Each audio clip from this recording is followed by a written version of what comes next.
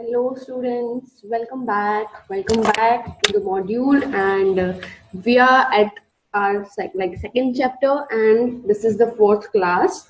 Okay, and we are gonna do this Taylor scientific management and principles of scientific management. We have done our first chapter and we have covered the nature and significance of principles of management in the second chapter.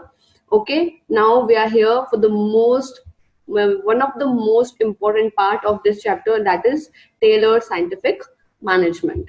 All right, so okay, let's begin. So what is scientific management, what is it, and how does it perform? And there are like so many things which we are gonna cover right now. So yeah, scientific management refers to an important stream of one of the earliest school of thought of management, जो कि classical school of management है, that includes scientific management, which we have studied in our first lecture of chapter number 2. So basically there has been written so many things about this scientific management, which is like मतलब उसका evaluation और उसका background is not this much important, so I just have taken these from your book, that classical school जो है वो this school of thought was included as scientific management. Okay, Frederick Winslow Taylor जिनका birth 1856 में हुआ था and he died in 1915, so उनका birthday था 20th March को और वो एक दिन बाद मर गए, like after some years एक दिन बाद ऐसा, उनके बर्थडे के next day he died. So he was an American mechanical engineer. Okay, जो उन्होंने अपनी इंडस्ट्रियल एफिशिएंसी में बहुत इम्प्रूव लाया और इन 1874 वो एक अप्रेंटिस मैकेनिस्ट बन गए थे. ठीक है, ये सब चीजें आपको for knowledge you should know. Okay, इतना डिटेल में मतलब like the board will not ask you, but still you should know about these things कि जिनके प्रिंसिपल्स हम पढ़ रहे हैं वो उनका बैकग्राउंड क्या है, उन्होंने what he has done. Okay, so वो मैकेनिकल इंजीनियर थे और उसके बाद में या टेलर थॉट दैट साइंटिफिकली वो एनालाइज करेंगे काम को और it would be best way to find it would be very possible to find one best way to do it. तो उनका यही मानना था कि किसी भी काम को वो इस तरीके से साइंटिफिकली एनालाइज करे कि उसका एक सबसे बेस्ट तरीका निकल कर आ जाए, which will be only one, जो कि उस काम को बेस्ट पॉसिबल तरीके से कर पाएगा. He was most remembered for his time and motion studies. ठीक है, motion studies and all this things we learn.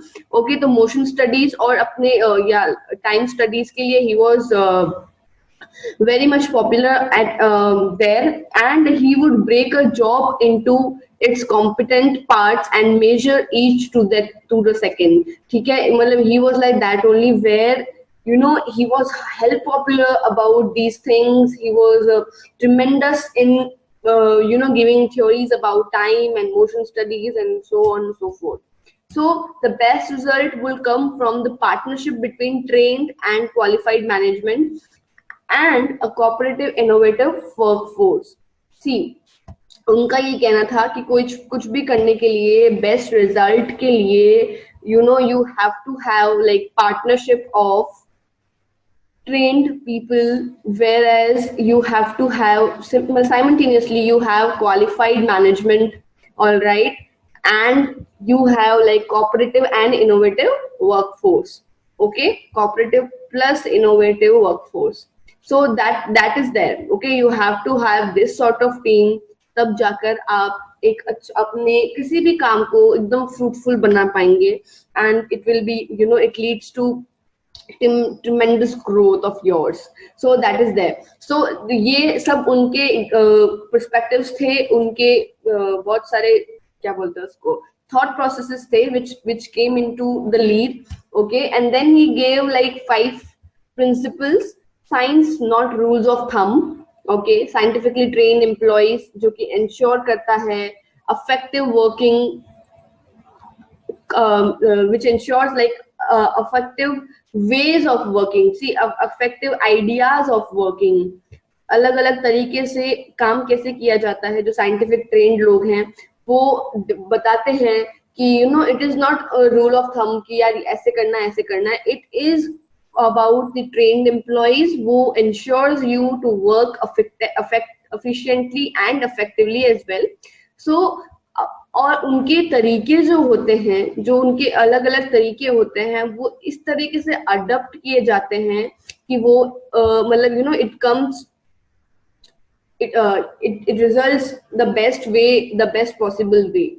Okay, tailored like उसके अलावा जब वो मतलब like you can see this as a process. Okay, so उन्होंने बहुत अलग अलग तरीके के efficient तरीके निकाले so that they can divide their work between managers and workers, and उनका जो result है वो उनको पे बैक कर पाए, उनके हार्डवर्क को पे बैक कर पाए. So that was the like whole process where scientifically trained employees, they ensures the best way they can use. Okay, from that they can divide their work between the managers जो कि eligible हो perfect तरीके से, and they can just like pay back to their results.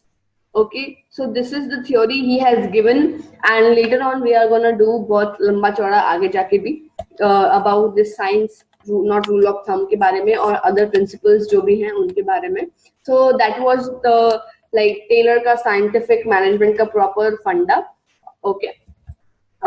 So firstly उन्होंने ये Taylor strongly believed that one has to ascertain management with scientific precision rather than sticking to decision making of the management. He incorporated this is his principle of scientific management. उन्होंने ये बोला कि rather than किसी भी decision making पे stick रहने की जगह you have to have scientific precision. Okay, so that आप मतलब उनका ये मानना है so that you can perform scientifically, logically. Okay, rather than sticking on your decision making. उनका मतलब उनका ये कहना था, और ये की टर्म्स हैं, you have to remember that. So मतलब these terms are like very important because I'll tell you why. क्योंकि ये कुछ स्पेसिफिक टर्म्स हैं जो अगर सपोज आपने ये कंसेप्ट भूल भी गए while writing in your exams, you will be able to remember at least these terms. So और ये टर्म्स इतने इम्पोर्टेंट है like scientific precision, decision making, ये टर्म्स एक्चुअली बहुत इंपॉर्टेंट है. So you have to learn कि science not rule of thumb में उसने ये बोला है कि you have to focus on scientific precision rather than decision making. ठीक है, बेसिक फंडा तो यही था, तो इस चीज को याद रखना. ठीक है, बहुत इंपॉर्टेंट है. और एग्जाम्पल मैं और भी दे दूंगी, लेकिन आपकी बुक में this is what it is written कि बहुत सारी एक्टिविटीज होती है रॉ मटेरियल लोड करने के लिए कार्ड्स के अंदर. सो the cards can also be arranged to be done in an organized scientific way rather than relying on judgment of manager. Okay, see बहुत अलग-अलग. Suppose I'll give you example. So this is the warehouse. Okay, आपको अपना raw material करना है. Manager साहब जो हैं उन्होंने बोला कि एक के ऊपर ये रख दीजिए. ठीक है, और इस तरीके से जगह कम कवर होगी और ज्यादा सामान आ पाएगा. लेकिन अगर logically it is not possible, because अगर एक के ऊपर एक सामान रखेंगे और वो काफी थोड़ा सा फ्रेजाइल सामान होगा तो there are chances to break it off, है ना, टूटने के चांसेस रहेंगे. तो अगर इस मैनेजर को ना सुनते हुए, ऐसा प्रिंसिपल है, इस प्रिंसिपल का मतलब है कि अगर उसके जजमेंट पे रिलाय ना करके अगर हम इस सामान को इस तरह से ना रख के और कुछ ऐसे पैटर्न में रख दें या इस तरह के पैटर्न में रख दें कि वो एक दूसरे के ऊपर ना रहे और टूटने के चांसेस कम हो जाएं. ठीक है, तो that is a logic. Okay, ये लॉजिक हो गया. ठीक है, ये लॉजिकल अंडरस्टैंडिंग हो गई एक वर्कर की, rather than relying on the judgment of manager. So that is the point, that is the whole point where which exists in this form. All right, so there should be a proper cause and effect relationship on which decisions should be taken. Okay, that is for sure. इसी rule में ये बताया गया है कि एक तो ये अपन ने पहले ही डिसीजन मेकिंग वाला देख लिया. ठीक है, वो आपने देख लिया, आई होप आपको वो टर्म भी याद हो गया होगा. अदर देन दैट, मतलब ऐसा कहा जाता है कि there should be a proper cause and effect relationship. जो अपन ने पहले भी पढ़ा था, I hope everybody knows about the cause and affect relationship, जहाँ पे ये बात कही गई कि ये डिसीजंस जो होते हैं वो साइंटिफिक एनालिसिस के बेस पे होने चाहिए rather than trial and error. Okay, कि अरे ये करके देखते हैं, ये हो गया तो बढ़िया है, नहीं हुआ तो एरर निकल जाएगा तो विल फॉलो समथिंग एल्स। बार बार अगर आप किसी ऑर्गेनाइजेशन में ऐसी प्रैक्टिस करेंगे तो you know it will lead to lots of wastage, right? तो वो नहीं होना चाहिए। The best way of doing a job must be selected and adopted, ये सब बोला गया है। और please remind these word again, these key term, they are very important, which has told by Taylor साहब कि यार तुम ज्यादा मतलब ट्रायल और एरर से अच्छा तो है सेलेक्ट और अडॉप्ट करो, सेलेक्टेड एंड अडॉप्टेड वाली थीम लगाओ, that will be the best thing you can go for it. Because कैसा होता है ना कि आप अगर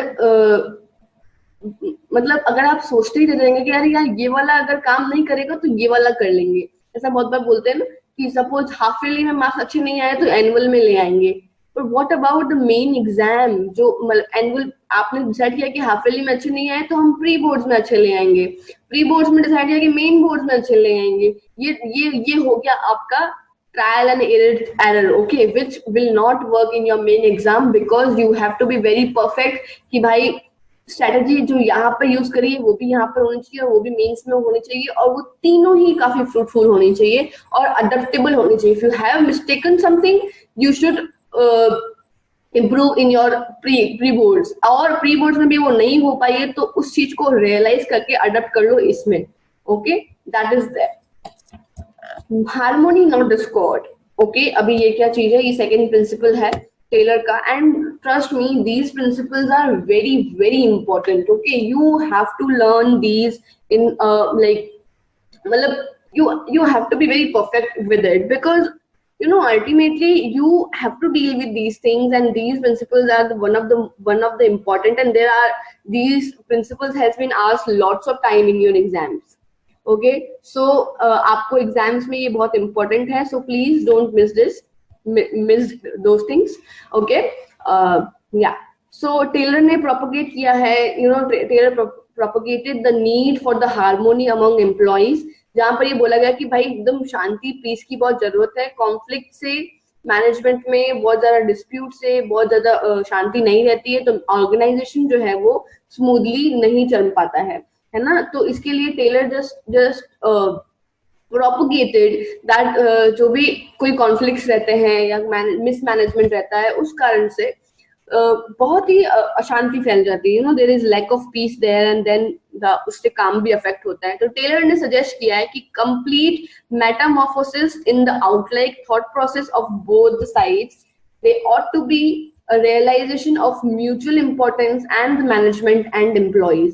ठीक है, एक म्यूचुअल अंडरस्टैंडिंग, म्यूचुअल इम्पोर्टेंस का जो रियलाइजेशन है वो बहुत इंपॉर्टेंट है टू मेक देम रियलाइज कि भाई तुम एक दूसरे के लिए बहुत इंपॉर्टेंट हो, और इसी तरीके से हार्मोनी प्रिवेल हो सकती है हर लेवल पे। सपोज अपन ने लेवल्स पढ़े हैं ना मैनेजमेंट के, सो this is what the structure was, right?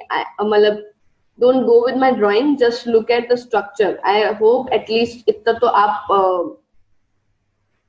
समझ पा रहे होंगे। तो अगर इन सबको समझ में आ गया कि अगर top level management middle level से कोई भी तरह का डिस्प्यूट रखेगा तो उसका अफेक्ट हर जगह पड़ेगा, टॉप लेवल पे भी पड़ेगा और नीचे वालों के वर्कर्स पे भी पड़ेगा, बिकॉज काम में प्रॉब्लम आ जाएगी। और नीचे वालों ने अगर समझ लिया कि अपने अपने मैनेजर से दोस्ती नहीं रखी तो उनको आगे जाके बहुत दिक्कत आने वाली है, probably they can lost their job. Okay, and अगर मिडिल लेवल वालों को ये मालूम पड़ गया कि अगर इनसे बैर हो गया तो इनसे भी टॉप लेवल मैनेजमेंट को भी प्रॉब्लम दे सकता है, प्रॉब्लम हो सकती है, तो इन लोगों को समझ में आ गया, रियलाइजेशन हो गया कि म्यूचुअल अंडरस्टैंडिंग, म्यूचुअल इंपॉर्टेंस कितनी इंपॉर्टेंट है, तो ऑर्गेनाइजेशन में डिस्प्यूट होने की चांसेस बहुत कम रहेंगे। First thing. सेकेंडली, इससे हार्मोनी बनी रहेगी, पीस बना रहेगा।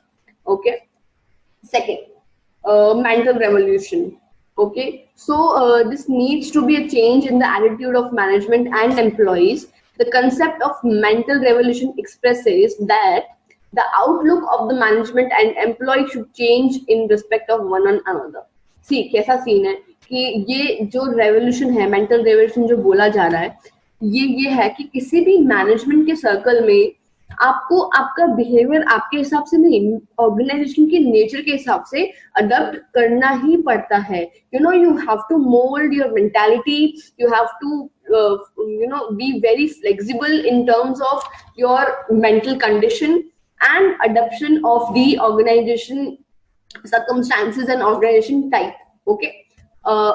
So on the other hand, I have this picture of Frederick Taylor Sir, which is called the father of scientific management and evolution of management theory. This is him. If you have missed picture nahi mili ho unki to dekh lijiye. Here that matlab like he was very smart, I guess. Whatever. So this is how he was.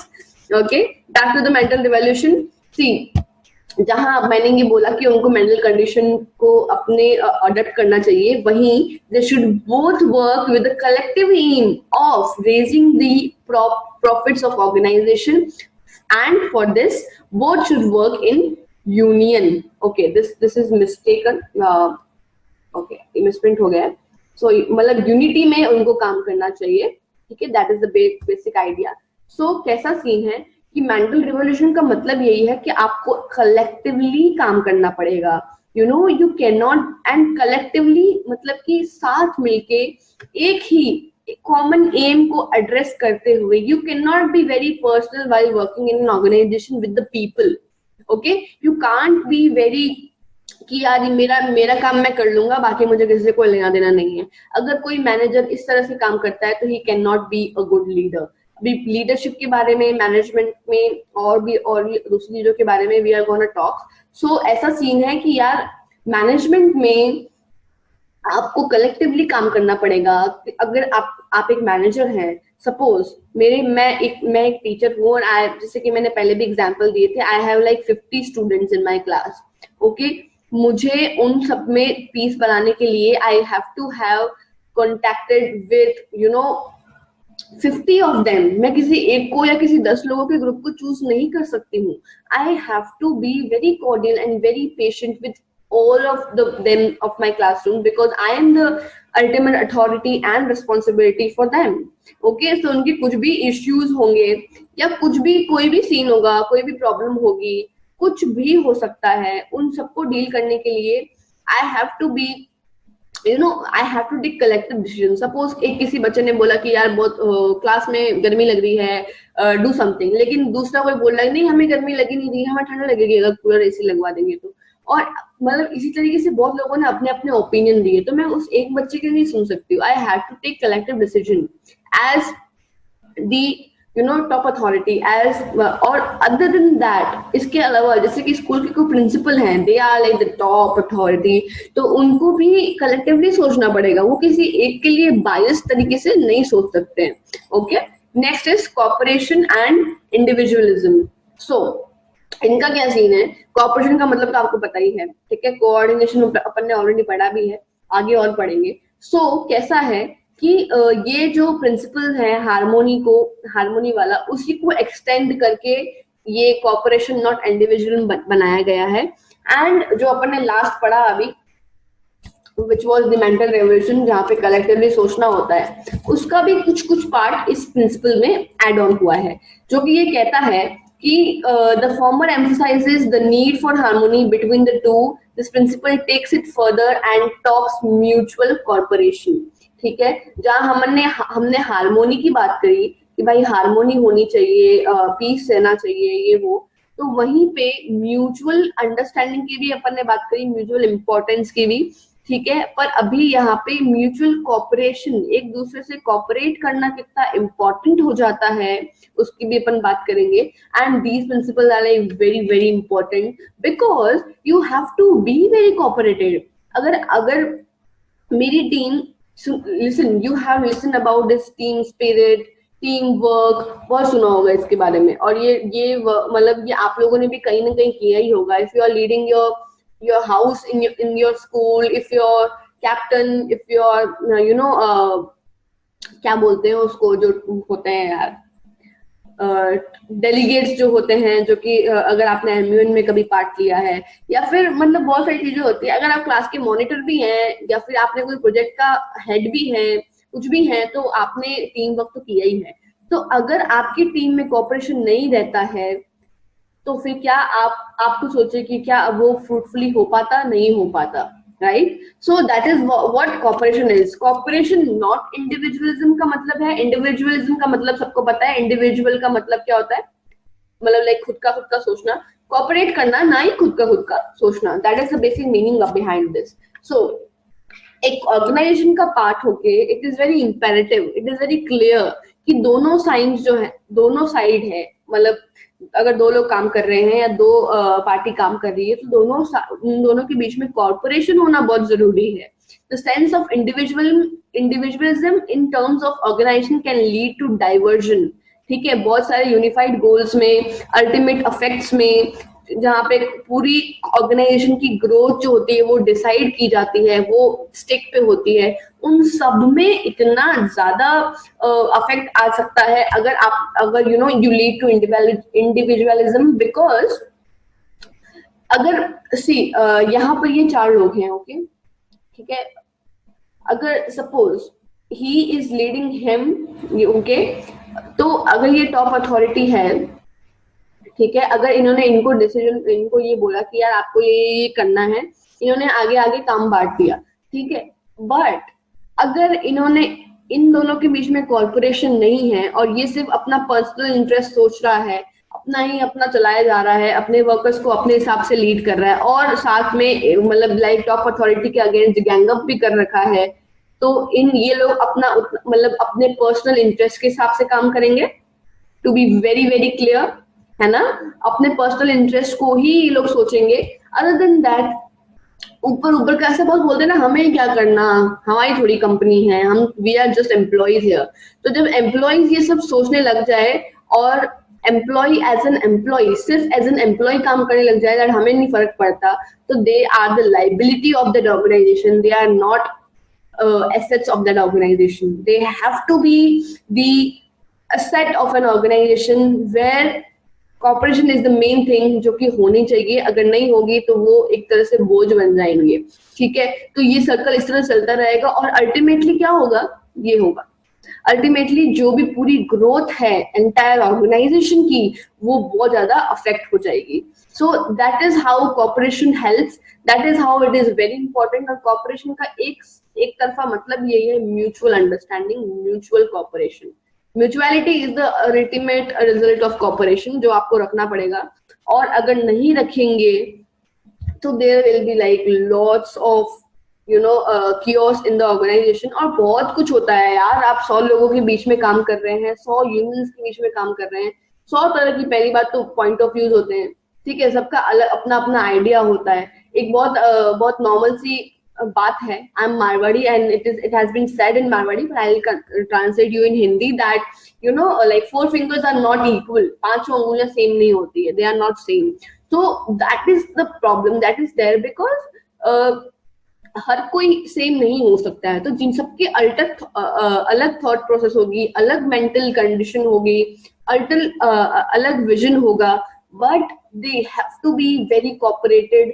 अगर वो cooperation नहीं बैठा तो ultimately किसी को कुछ फर्क नहीं पड़ने वाला है। At the end of the day you have to pay जितना आपको आपके एम्प्लॉयज को पे करना है, अल्टीमेटली ऑर्गेनाइजेशन को फर्क पड़ता है, अफेक्ट होता है।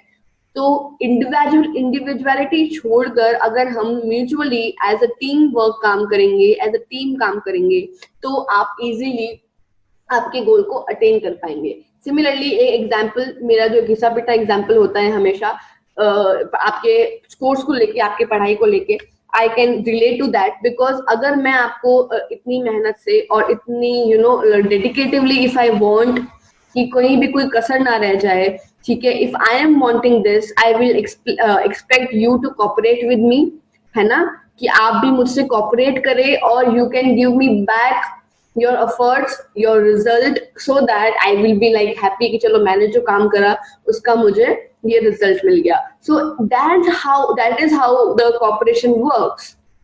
इसी तरीके से कोऑपरेशन काम करेगा। अदरवाइज अगर मैंने तो अपना जी जान लगा दिया कि चलो यार इस तरीके से कोई कसर नहीं छोड़नी है, पढ़ाना ही पढ़ाना है, ये वो, but you will not able to respond, you will be like अरे क्या है यार, मतलब थ्योरी पढ़ाना है, थ्योरी पढ़ाते रहते हैं, ज्ञान देते रहते हैं, ये वो। अगर आपने इस तरीके से इस चीज को लिया, अगर कोई ले रहा है तो please don't take it like that, because I am here only to give you like entire package of this subject, and I don't want कि कुछ एक कोना भी छूट जाए, ठीक है? So I'm here for this thing only, but I know आप लोग मतलब you guys are growing and at your like peak time, so अभी बहुत सारे thoughts आ रहे होते हैं ऐसे बच्चों को, हमें भी आते थे, लेकिन please be very productive and this is what I have expected from you, right? Nothing else.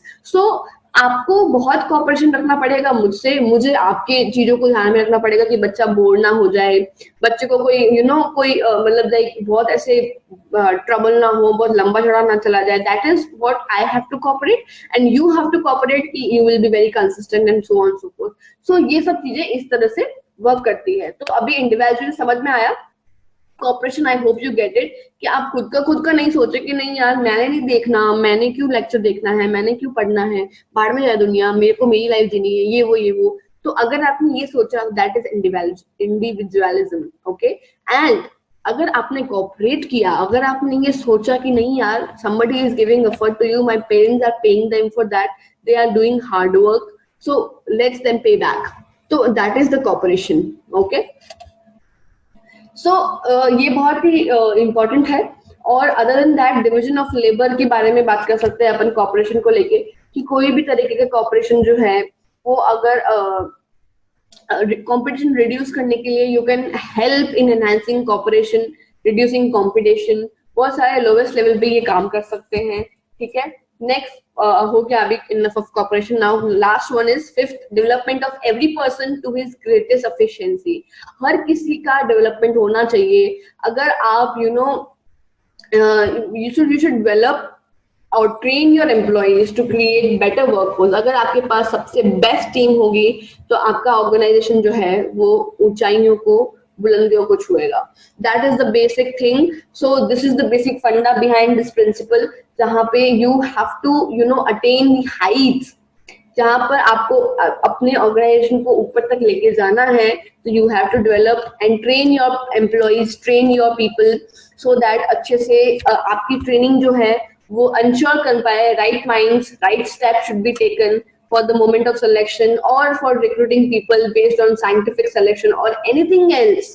किसी मतलब लाइक कोई भी तरह का सिलेक्शन, कोई भी रिक्रूटमेंट लोगों का, कुछ भी होना है तो वो बहुत ही सही तरीके से साइंटिफिकली होना चाहिए। So that is what it is, okay. So we have covered like one of the important part which is like Taylor के principles।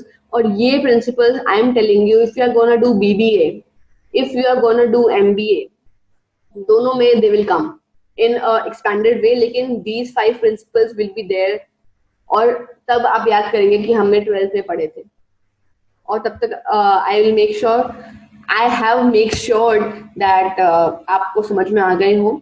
फर्स्ट was थंब वाला, ठीक है। सेकेंड was, आप बताइए, ओके मैं ही बता देती हूँ, हारमोनी वाला, ओके। थर्ड वाज कॉर्पोरेशन, नहीं, third was something else, okay you tell me what was third.